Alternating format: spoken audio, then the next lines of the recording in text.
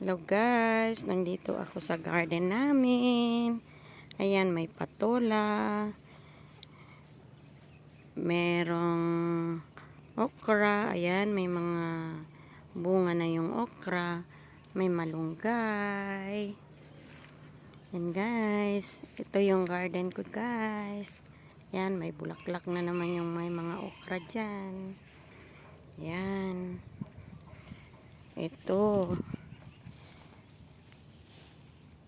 Alam nyo kung ano to, oh. Yan, marami na rin akong gulay dito, guys.